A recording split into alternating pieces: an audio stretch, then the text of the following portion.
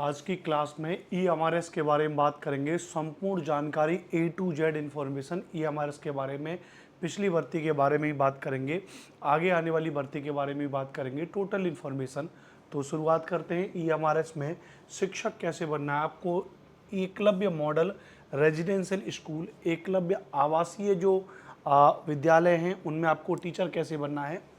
तो इसमें सैलरी क्या हो सकती है, इसका एग्ज़ाम पैटर्न क्या होगा, सिलेबस क्या होगा, सिलेक्शन प्रोसेस क्या होगा, एलिजिबिलिटी क्या होगी, एज लिमिट क्या होगी, एज में रिलैक्सेशन क्या है, ये कंप्लीट इन्फॉर्मेशन इस एक क्लास में बात करेंगे। मैंने इसके लिए ऑफिशियल जो नोटिफिकेशन हो सकता है वो ऑफिशियल नोटिफिकेशन मैंने इसके लिए लिया हुआ है।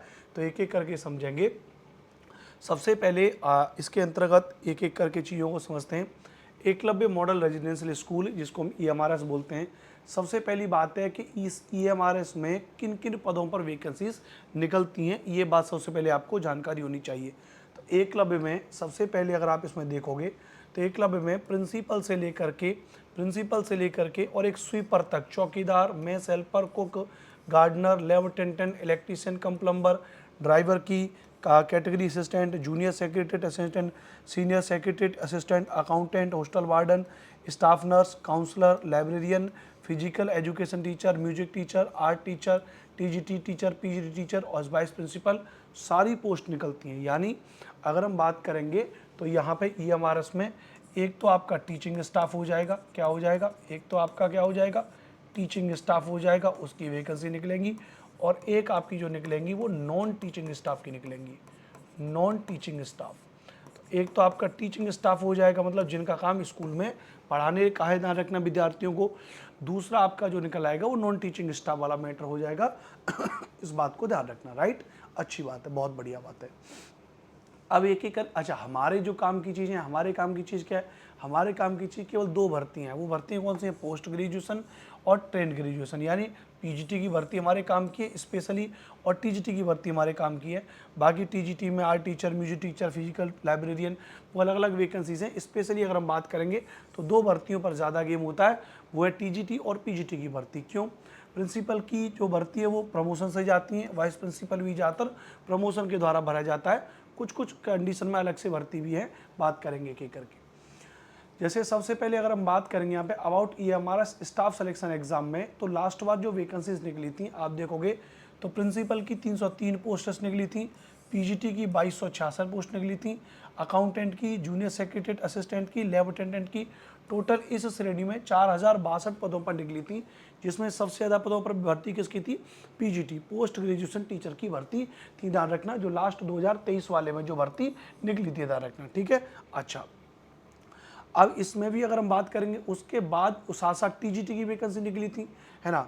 तो हमने क्या कहा, अगर हम यहाँ पर बात करेंगे तो 2266 PGT में, और TGT में अगर हम बात करेंगे, ध्यान रखना, तो TGT में 5660 वैकेंसीज थी, और उसके अलावा हॉस्टल वार्डन मेल और फीमेल, इस तरह की वैकेंसीज थी। अच्छा, मेजर क्राउड TGT में ज़्यादा होता है, तो TGT की मैंने थोड़ा सा पिछली वाली भर्ती की यहाँ पे कटिंग भी लगा के रखी है कि भाई किस तरीके से TGT की जो भर्तियाँ थी, ध्यान रखना, जो 5560 थी, इन भर्तियों में जो सब्जेक्ट हैं Hindi, English, maths, social studies और साइंस की भर्ती थी। जिसमें अगर मैं अपने सब्जेक्ट की बात करूं, सोशल स्टडीज़ की, तो टोटल 670 पोस्ट थी, जिसमें जनरल की 273, EWS की 67, OBS की 180 और SC की 100, ST की 50, और इस तरीके से टोटल 670 पोस्ट थी। किसकी भैया, TGT की, राइट। अच्छी बात है। अब जनरल जानकारी जो ध्यान रखना, लास्ट में 31 जुलाई 2023 तक फॉर्म भरे गए थे। फीस कितनी जाती है, प्रिंसिपल का भरने के लिए 2000 रुपये फीस लगती है, PGT TGT की कुछ 1500 रुपये के आसपास लगती है, इस तरीके से। एग्जामिनेशन में टाइम कितना होता है, तो 180 घंटे का टाइम होता है टीचिंग के लिए, 150 मिनट का टाइम, 180 घंटे नहीं माफ़ करते हैं, 180 मिनट, यानी 3 घंटे का टाइम आपका टीचिंग के लिए होता है, और लगभग 2.5 घंटे का समय आपके नॉन टीचिंग के लिए होता है। इतना चीज़ों को आप समझ के ध्यान रखना भी है, ठीक है। अच्छा, पहले आपका रिटन एग्जाम होता है, उसके बाद फिर आपका इसमें इंटरव्यू होता है, तो ये आपका एग्जाम पैटर्न भी हो जाएगा, ठीक है। अच्छा, पीजीटी के बारे में अगर आप अनुमान लेना चाहें कि कौन किस किस पदों पर किन किन भर्तियां निकली थी लास्ट में, तो जैसे मेरा सब्जेक्ट तो ज्योग्राफी है, पीजीटी में मैं ज्योग्राफी बच्चों को पढ़ाता हूँ, तो 154 पोस्ट ध्यान रखना, अलग अलग तरीके से, जनरल में 64, ईडब्ल्यूएस में 15, 41, 23, इस तरीके से भर्तियां थी, ध्यान रखना है ना। अच्छा, इस बात को ध्यान रखना ठीक है। अच्छा, बीच में एक चीज़ बता रहा हूँ, ज्योग्राफी की जो आप में से अगर तैयारी कर रहे हैं ईएमआरएस के लिए, तो बता दूँ हमने एक बैच भी हमारा चल रहा है ईएमआरएस के लिए, ऑल पीजीटी एग्जाम्स के लिए ईएमआरएस ज्योग्राफी का पृथ्वी बैच, उसके बारे में आगे बात करेंगे। आप लोग अपने ध्यान में रखना, अगर आपको जुड़ना है, भूगोल विषय से तैयारी करनी है प्लस, और अगर आपको टीजीटी एसएसटी से अगर आपको तैयारी करनी है, तो टीजीटी एसएसटी का अनुपम बैच हमने अपने एप्लीकेशन पर लेकर आए, तो उसके बारे में बाद में बात करेंगे। अच्छा, तो एक एक करके अगर हम बात करें, यहाँ पे सबसे पहले हम बात करेंगे भैया, तो सिलेक्शन प्रोसेस के बारे में इस वाले खंड को अगर क्लियर करें तो क्या हो जाएगा आपका, तो आपका इसमें रिटन एग्जाम होगा, ध्यान रखना। रिटन एग्जाम के बाद फिर आपका इसमें क्या हो जाएगा, इंटरव्यू की प्रोसेस हो जाएगी। तो रिटन एग्जाम और फिर आपका इसमें इंटरव्यू हो जाएगा, तो ये आपका क्या हो जाएगी, ये आपकी सिलेक्शन प्रोसेस हो जाएगी, ध्यान रखना भैया। एलिजिबिलिटी के बारे में बात करेंगे, योग्यता के बारे में बात करेंगे, तो टीजीटी का फॉर्म वह व्यक्ति भर सकता है जिसने ग्रेजुएशन किया हो, जिसने क्या किया हो, जिसने ग्रेजुएशन किया हो, प्लस जिसके पास में बीएड की डिग्री हो, ध्यान रखना, प्लस जिसके पास में सीटेट का पेपर 2 जिसका पास हो, ध्यान रहे भैया। तो जिसने ग्रेजुएशन किया हो, जिसने बीएड किया होना चाहिए, जिसने सीटेट का पेपर 2 पास किया होना चाहिए, ध्यान रखना, तो वह व्यक्ति क्या कर सकता है, टीजीटी का फॉर्म भर सकता है, इस बात को ध्यान रखना। वहीं लगे हाथ अगर हम बात करेंगे, ध्यान रखना, कौन व्यक्ति पीजीटी का टीचर बन सकता है, तो पीजीटी के लिए जाहिर सी बात है वह व्यक्ति जिसने संबंधित अपने विषय में पोस्ट ग्रेजुएशन किया होना चाहिए, ध्यान रखना, प्लस जिसने बीएड की डिग्री जिसकी कंप्लीट होनी चाहिए, अपियरिंग के लिए मौका नहीं है, कंप्लीट डिग्री होनी चाहिए, वो व्यक्ति क्या कर सकता है, फॉर्म भर सकता है, इस बात को ध्यान रखना। यह आपकी क्या हो जाएगी भैया, तो यह आपकी एलिजिबिलिटी हो जाएगी, ध्यान रखना, यह आपका सिलेक्शन प्रोसेस हो जाएगा, ध्यान रखना भैया। एग्जाम पैटर्न क्या है, तो पहले आपका पेपर होगा, ध्यान रखना भैया।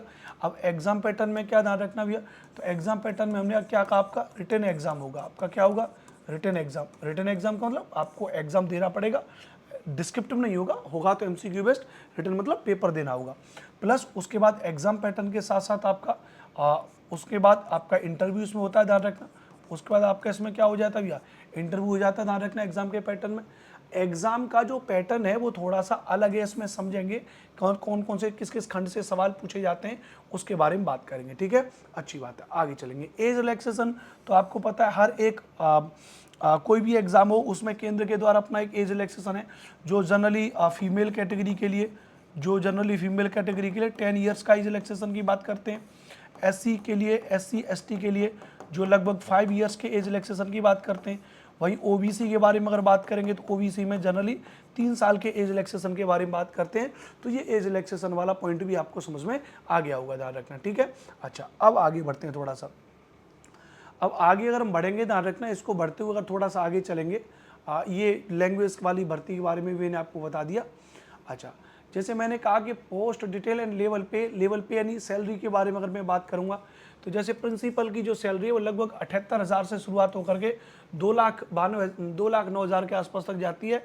तो 78,000 से शुरुआत का मतलब है इसमें 8-10-15,000 रुपये HRA DA वगैरह भी लगा लो, तो लगभग 1 लाख रुपये के आसपास सैलरी, लगभग मतलब 80,000, 90-95,000 से शुरुआत होती है, 2-2.5 लाख रुपये पर रिटायर हो जाएगा। ऐसी पीजीटी के टीचर के बारे में बात करेंगे तो 47,000 से लेके 1.5 लाख की बात कर रहे हैं। 47,000 में आप आराम से इसमें 10-15,000 रुपये और जोड़ दीजिए, तो लगभग ये 50-60-70,000 रुपये के आसपास की सैलरी इसमें हो जाती है, 65 से 70,000 के बीच के, और जिसमें पीजीटी के टीचर की शुरुआत में सैलरी मिलती है। वहीं अगर हम टीजीटी के बारे में बात करेंगे तो टीजीटी में भी लगभग इसमें कुछ कम हो जाते हैं, लगभग तो 60 से लेके 65,000 के आसपास तक टीजीटी के टीचर की सैलरी हो जाती है। उसके अलावा अकाउंटेंट JSA लेवल अटेंडेंट की होती है, ध्यान रखना भी, ठीक है। तो आपको क्या क्लियर होगी, अब आपको इसमें इसका जो है ध्यान रखना क्या होगी, सैलरी पॉइंट वाला भी आपका पॉइंट क्लियर हो गया, ध्यान रखना, ठीक है। अच्छा, आगे चलेंगे। मोड ऑफ एग्जामिनेशन क्या होगा, ध्यान रखना भी, तो हमने क्या कहा, मोड ऑफ एग्जामिनेशन क्या है, will be conducted in OMR based, pen paper based paper होगा आपका, ध्यान रखना। आपको गोले भरने पड़ेंगे तो आपका वो पेपर होगा, ध्यान रखना, ये बात आपको क्लियर हो जाएगी। दूसरी बात, choice of medium of question, यानी जो एग्जाम में जो क्वेश्चन आएंगे वो किस मीडियम में आएंगे, तो medium of examination will be both in Hindi and English. Further for the post of PGT third language the medium of test for part 5 domain knowledge will be concern third language, जो आपकी language होगी वो आपकी तो आपकी concern language होगी, बाकी जो प्रश्न आएंगे वो हिंदी और इंग्लिश दोनों में होंगे, जिनको आप किसी भी भाषा में अटेंड कर सकते हो, ध्यान रखना, ठीक है।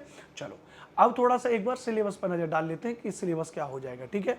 तो हमने इसमें कौन कौन से खंड पर बात कर ली, तो हमने इसमें सैलरी वाले खंड पर बात कर ली, हमने इसमें एग्जाम के पैटर्न पर बात कर ली। सिलेबस तो सब्जेक्ट प्लस में डिवाइड होता है, आपका सब्जेक्ट क्या है, हर एक सब्जेक्ट का सिलेबस अलग होगा, प्लस आपका इसमें कॉमन पेपर हो जाता है, सब्जेक्ट प्लस आपका कॉमन पेपर, जिसके बारे में बात करेंगे। सिलेक्शन प्रोसेस क्या है, आपका रिटन एग्जाम प्लस आपका इंटरव्यू। एलिजिबिलिटी के बारे में हमने आपको बता दिया, एज लिमिट के बारे में भी आपको बताएंगे, और एज लिमिट के अलावा एज में जो रिलैक्सेशन है वो हमने आपको बता दिया, लगभग चीज़ें मैंने आपको बता दी। अभी और देखते चलते हैं। जैसे अगर हम पीजीटी के सिलेबस के बारे में बात करेंगे तो ऑब्जेक्टिव टाइप होगा, 130 नंबर का पेपर होगा और 20 नंबर का आपका लैंग्वेज होगा, ध्यान रखना भैया।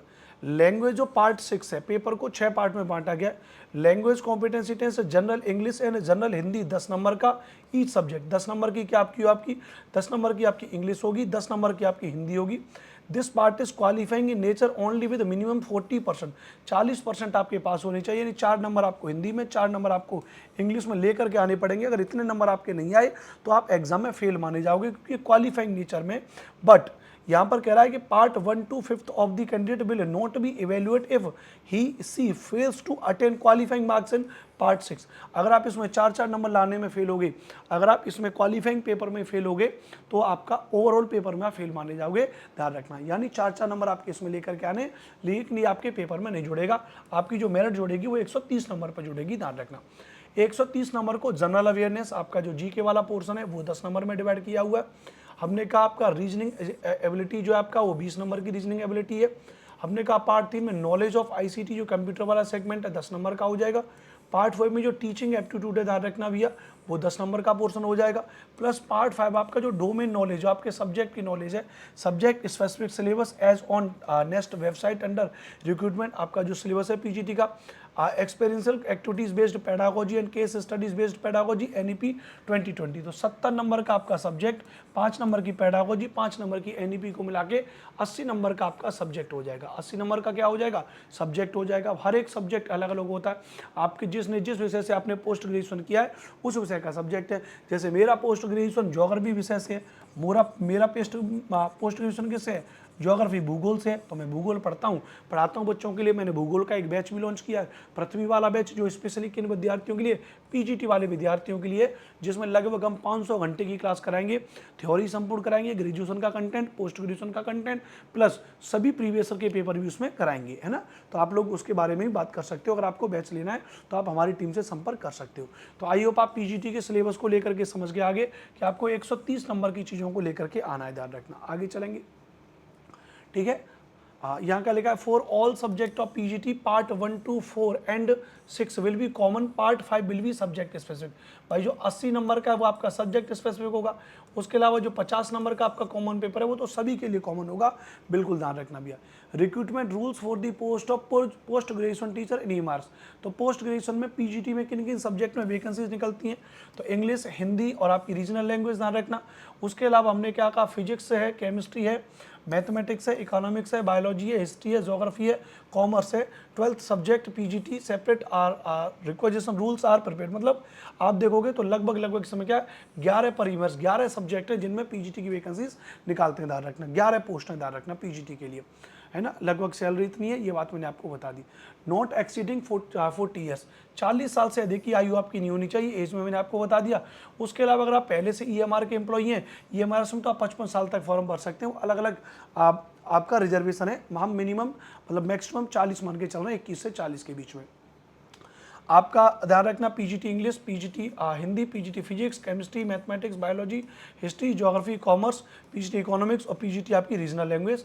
1 2 3 4 5 6 7 8 9 10 11 पोस्टेस हैं पीजीटी में, मैंने आपको बता दिया। इंपॉर्टेंट नोट क्या कह रहा है, ध्यान रखना यहाँ पे कि candidate possessing master's degree in subject as mentioned above will only be considered as eligible. यानी फाइनल डिग्री आपकी होनी चाहिए। BEd degree in case of integrated 4 years degree course BEd is not required. 4 साल का जो होता है वो आपने किया हुआ है तो उसके लिए बीएड की जरूरत नहीं है। अदरवाइज पोस्ट ग्रेजुएशन और बीएड की डिग्री आपके पास होनी चाहिए। तो ये बात आप चीज़ों को आप यहाँ पे समझ गए हो। About EMRS staff selection exam ESSE 2023 में इसमें बात करेंगे, यानी इसके अलावा हाँ, तो TGT की पोस्ट हमने आपको बता दी थी, इसमें निकली थी। TGT में हमने क्या कहा, ट्रेन ग्रेजुएट टीचर की 44,000 के आसपास सैलरी बैठेगी, यानी इसमें 10-15 हज़ार रुपये जोड़ दो तो लगभग आपके 60,000 रुपये के आसपास। ठीक है भैया, इसमें भी क्या भैया एग्जाम पैटर्न क्या होगा, 120 नंबर का। वहाँ क्या था पीजीटी में जो था पीजीटी में 80 और 50 130 नंबर का था, लेकिन यहाँ पर क्या हो जाएगा, टीजीटी में आपका 120 नंबर का सब्जेक्ट हो जाएगा, यहाँ पे लैंग्वेज आपकी 30 नंबर की हो जाएगी। ध्यान रखना, यहाँ पे लैंग्वेज आपकी 30 नंबर की हो जाएगी। किस तरीके से हो जाएगा, एक बार चीज़ों को, कहानी को समझ लेते हैं। जनरल अवेयरनेस 10 नंबर की, रीजनिंग वहाँ पे 20 नंबर की थी, यहाँ पे 10 नंबर की हो जाएगी। नॉलेज ऑफ आईसीटी यहाँ पे भी 10 नंबर का, वहाँ पे भी 10 नंबर का। टीचिंग एप्टीट्यूड यहाँ पर भी 10 नंबर का, वहाँ पे भी 10 नंबर का। बस वहाँ पे रीजनिंग 20 नंबर की हो जाती है, तो कॉमन पेपर आपका 50 नंबर का हो जाता है। सब्जेक्ट स्पेसिफिक यहाँ पे 80 नंबर का है, वहाँ पर भी 80 नंबर का है।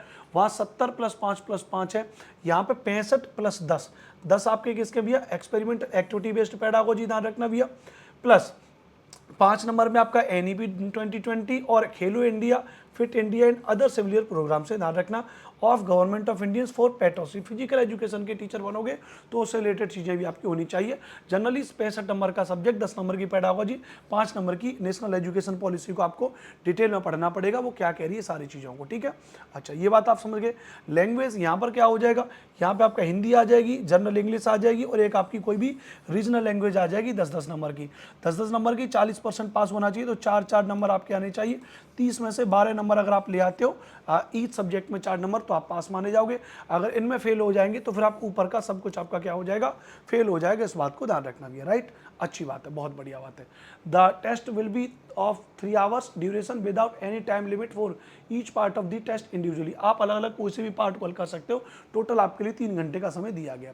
ऐसे हॉस्टल वार्डन का सिलेबस है, ध्यान रखना, तो हॉस्टल वार्डन के बारे में आप यहाँ पे चीज़ों को समझ सकते हो, ध्यान रखना।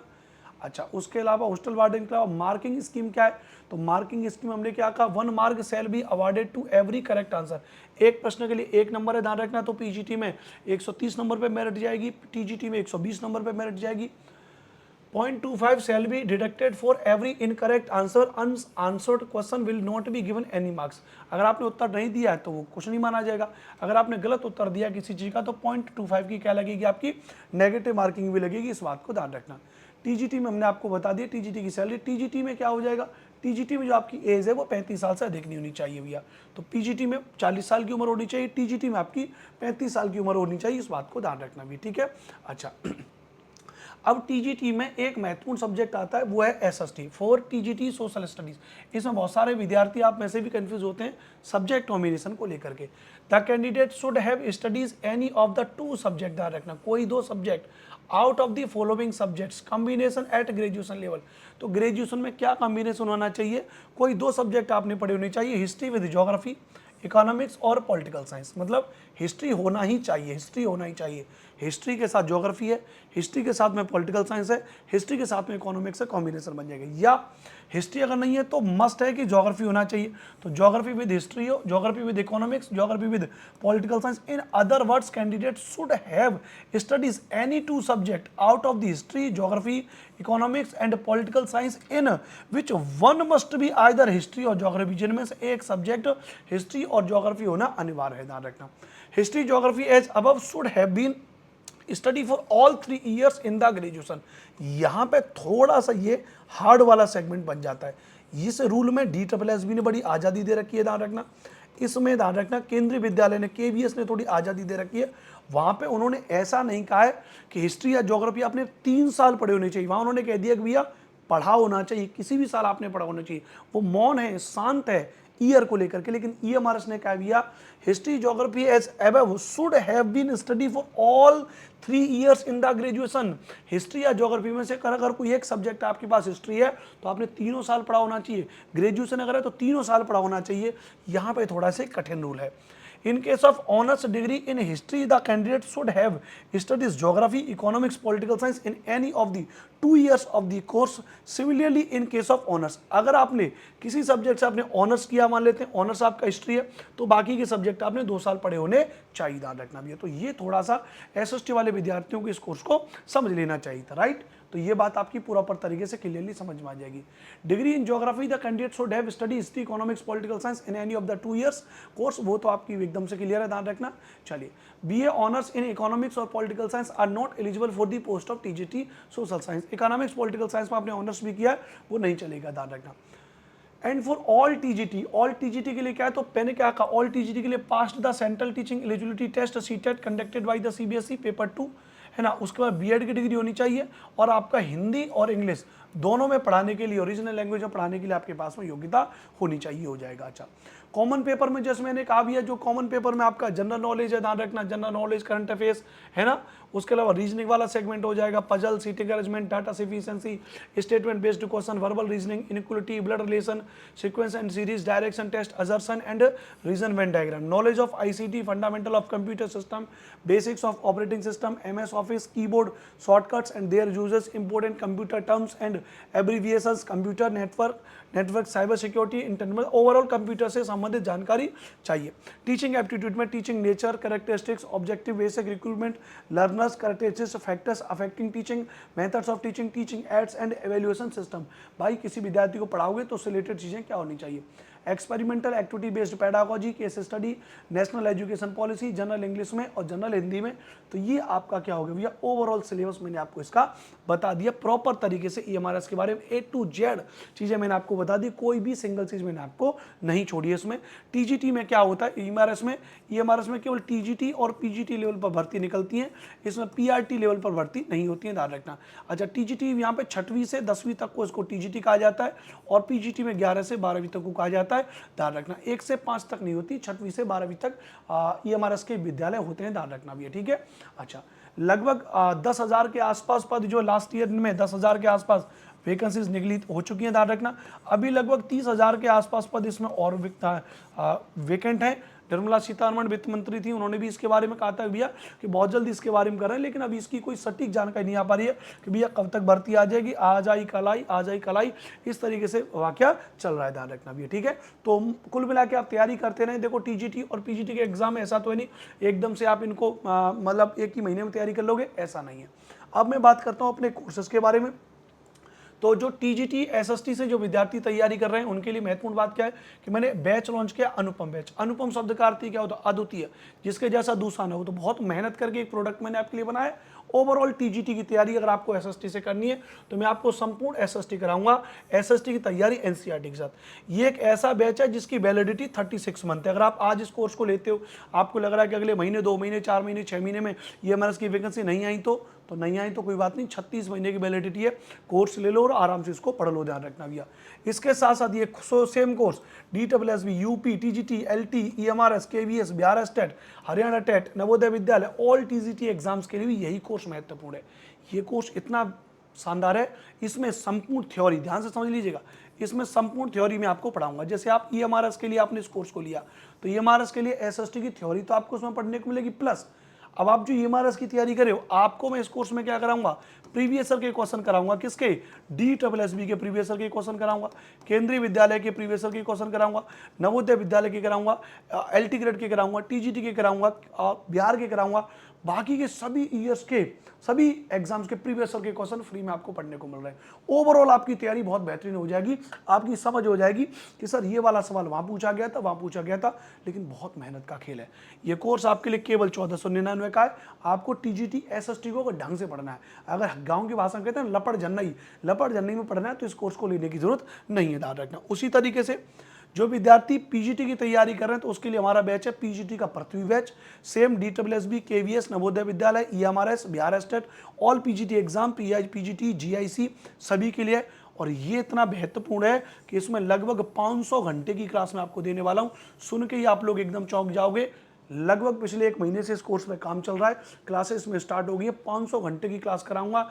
इसमें पूरा आपका ग्रेजुएशन का कंटेंट, पूरा आपका पोस्ट ग्रेजुएशन का कंटेंट, पूरा आपका एनसीईआरटी प्लस प्लस सभी एग्जाम जिनके नाम आप यहाँ पे थंबनेल पे देख रहे हो, इन सभी एग्जाम्स के आए हुए प्रीवियस के क्वेश्चंस आपको इसमें पढ़ने को मिलेंगे। ज्योग्राफी की तैयारी एनसीईआरटी के साथ में प्रॉपर तरीके से इसमें पढ़ाया जाएगा, बढ़िया तरीके से, कोई लपड़ नहीं है, कोई कुछ नहीं है। प्रॉपर तरीके से PYQ के प्रैक्टिस सेट बना करके नोट्स भी आपको दिए जाएंगे, प्रॉपर तरीके से आपको पढ़ाया जाएगा। और इस कोर्स की वैलिडिटी भी 36 मंथ की है, ध्यान रखना। और ये कोर्स आपका 2499 रुपये का है। आप इस कोर्स को पढ़ सकते हो अगर आप भूगोल से प्रवक्ता एग्जाम की तैयारी करना चाहते हो। तो कहाँ पे चल रहा है कोर्स हमारा? प्ले स्टोर से आप डाउनलोड करोगे क्लास जोन प्रिपरेशन ऐप, वहां पर हमारा एक कोर्स चल रहा है। मुझसे बात करने के लिए आप हमारे इस नंबर पर कॉल कर सकते हो, 92 35 56 64 11, व्हाट्सएप कर सकते हो, मुझसे आपकी डायरेक्ट इस नंबर पर बात हो जाएगी। तो संपूर्ण जानकारी MRS के बारे में मैंने आपको बता दी। जानकारी अच्छी लगी होगी तो प्लीज़ चैनल को सब्सक्राइब जरूर करिएगा और अपने दोस्तों तक इसको शेयर जरूर करिएगा। पढ़ते रहिए, मुस्कुराते रहिए दोस्तों। आज के सेशन के लिए थैंक यू, जय हिंद, वंदे मातरम। और मैं कायदे की बात कहते हुए जा रहा हूँ, TGT PGT का सिलेबस बड़ा है, अभी भर्ती नहीं है, तो एक आशावादी मन में लाइए, मोटिवेशन अपने मन में लाइए और इसके लिए आप अपने आप को पढ़ाई करिए। सिलेबस बड़ा है ताकि बैकग्राउंड में आपकी तैयारी अच्छी हो जाए, तभी आप पेपर पास कर पाओगे। अदरवाइज पेपर में आ गया तो जल्दबाजी में मैंने हज़ारों बच्चों को फेल होते हुए देखा है। इसलिए इस समय का फ़ायदा उठाइए और अपनी तैयारी को करिए।